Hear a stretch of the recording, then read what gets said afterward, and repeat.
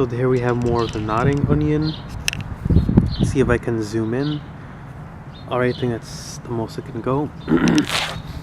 Over here we have some Helenium autumnale. Sneezeweed is the common name. There we have some more of the this is the Pycnanthemum virginianum we have here. Alright, so there we have more of the bluebell. And over here, I actually just saw this, I think yesterday or today. Here we have a blazing star that is starting to emerge. It's kind of funny how it looks like. It looks like a sea star almost. It looks kind of weird. Okay. So again, that's a prairie blazing star, Liatris pycnostachya. And over here we have some small shoots of Scirpus atrovirens coming up. Dark green bulrush is the common name. These typically like to grow like in moister soils. They used to be extremely abundant in my front yard in the early years.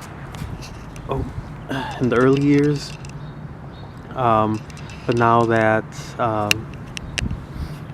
the soil is a lot drier than it was during the first years that I planted my front yard prairie, a lot of the individuals have I guess faded off. So again, this is Scirpus atrovirens, dark green bulrush. Okay, let's keep going with our little tour. Here we have a whole bunch of Pycnanthemum virginianum. I hope you all can see it. Let's see.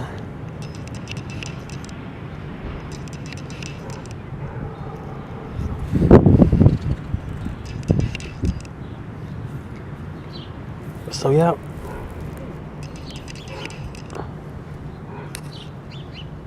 Pycnanthemum virginianum, common mountain mint.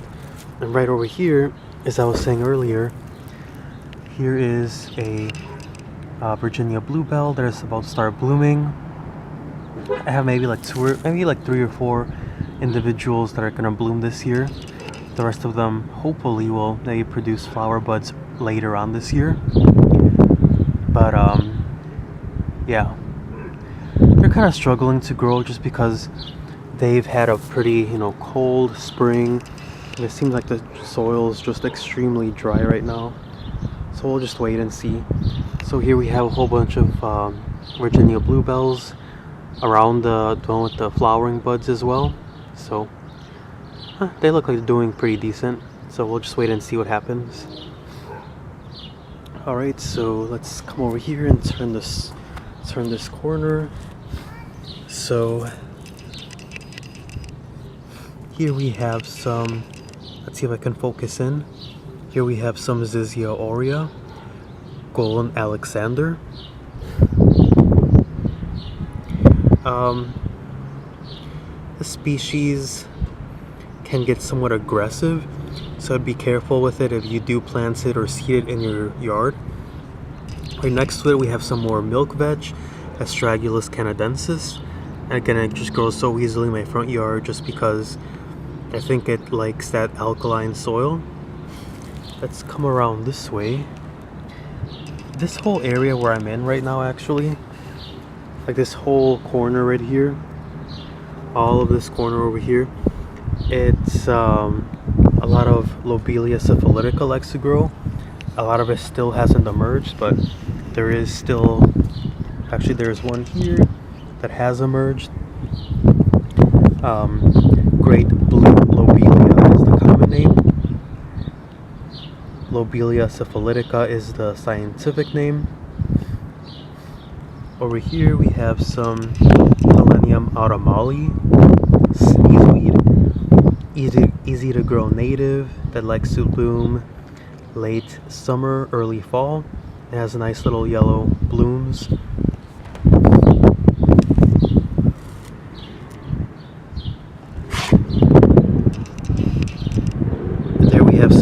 is the Colon Alexander, Zizia aurea. Let's walk around this way. Here we have some more of that Allium Cernium. Let's see what else is growing. Here, let's do a zoom out over here. I'm in the front portion of my front yard. Let me show you guys how it looks like.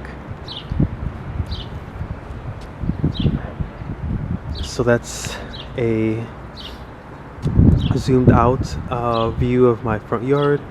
As you can see, it looks quite different from my neighbor's yard, which is turf.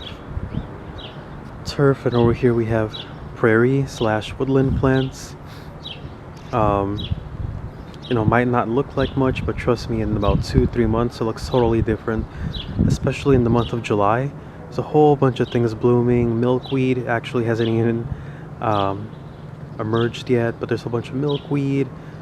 There's a whole bunch of black-eyed Susans and verbena and monarda and yellow coneflower and all these other really nice natives coming up, flowering in that month. Over here you might be wondering, what is that? That's a weed, that's a thistle. Well, you're right, actually that is a thistle. But there's a good one. This is the one that I'm actually surprised that has come up. This is called swamp thistle, Cirsium muticum. This one typically likes to grow like in high quality wetlands. Yeah, I'm not really sure how it has come up here. It's pretty mesic actually. Well, it can get pretty moist here in after a pretty long rainfall. But still, I mean, you can see how dry it is. I mean, look at how crumbly the soil is right now. But hey, if it wants to come up, then it can come up. So swamp thistle, Cirsium muticum. Right next to it, you see another one. And they're actually doing extremely healthy, extremely happy. I mean, just yeah, pretty crazy.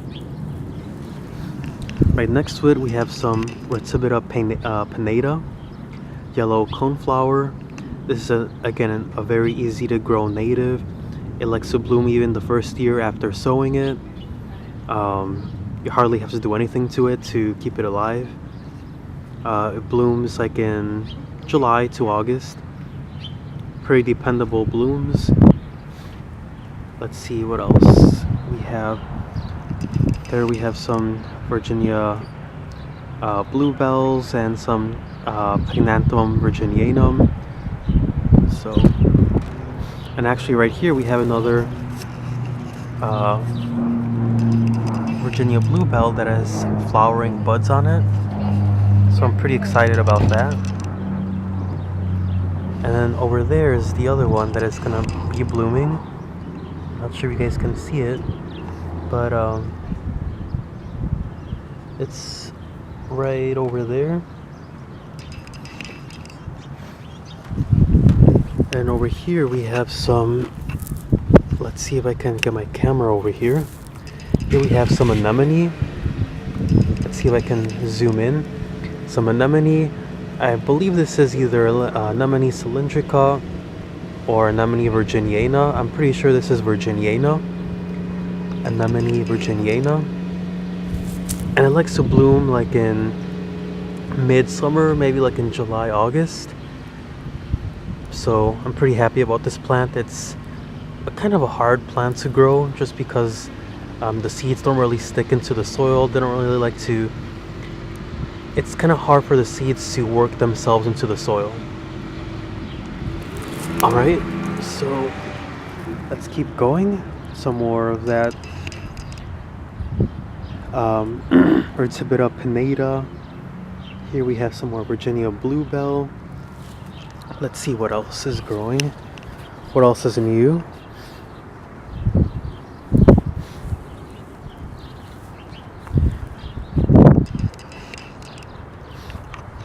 Some more allium, some more penstemon, a whole bunch of Pygnanthemum virginianum that is doing quite well. So this is a pretty easy to grow native, but it can get somewhat aggressive. So I just keep an eye out for it.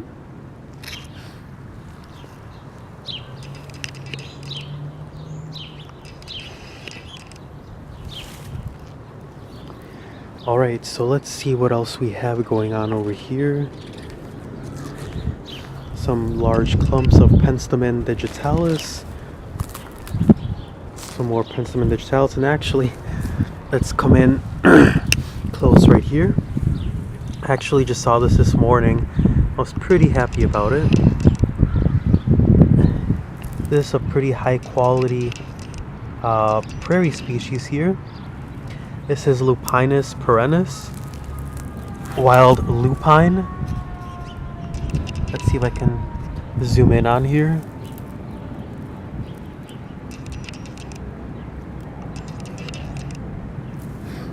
So wild lupine. This plant has actually given me a lot of trouble. It's pretty hard to grow. I think this is like the third year that it has been growing. It does grow, but it grows very, very slowly. It has not bloomed yet. Maybe it'll bloom this year. We'll see what happens. But yeah, very slow growth, not very vigorous. But yeah, we'll see what happens. But I'm pretty excited for it to see what it does this year. I really like the leaves. It's just very, very showy leaves. All right, let's see what else we have over here. So here we have more of the Penstemon digitalis. All of this over here is Penstemon digitalis. Let's come around over here to see what we have going on. Okay, so there we have some more of the Ratibida pinnata. The what's it called? The yellow coneflower. And from what I remember this year, or from what I remember from last year, this is a pretty healthy specimen. I believe this is the second year, but last year being the first year, it bloomed really nicely, really vigorous growth. And that's because it's an easy to grow native. And right next to it we have all these little seedlings coming up. Hopefully they're native. Trying to zoom in as best as possible.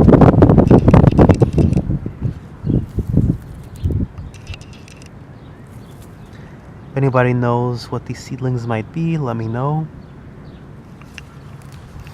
Alright, let's see what else we have growing. I remember that we had some Monarda growing around here. I'm going to try to locate it, although I can't really see it right now. Pretty sure I saw it the other day. Let's keep going around this way. And over here we have some Anosmodium mole, which is marble seed.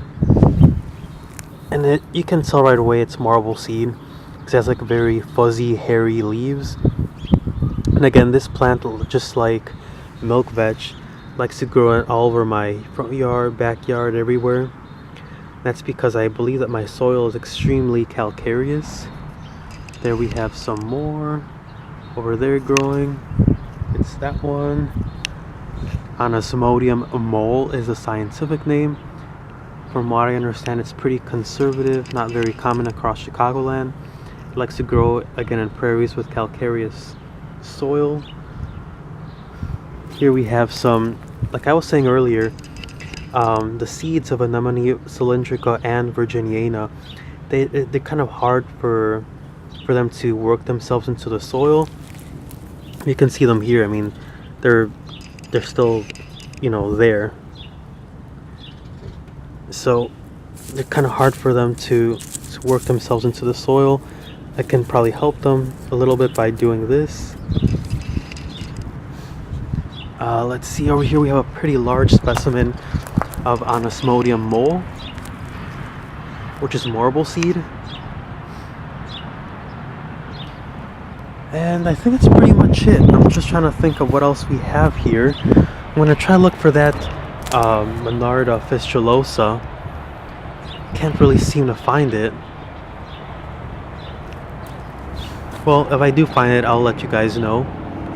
But that's pretty much it for my front yard tour of my native garden. As you can see, I don't have any turf in my front yard.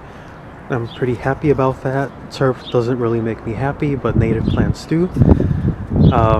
So yeah, it doesn't really look like much, but trust me, in about 2 months, especially in the month of July, this whole front yard will be full of flowers, full of life, very green, very attractive. A lot of people give me compliments about it once it is up and running and blooming and doing its own thing.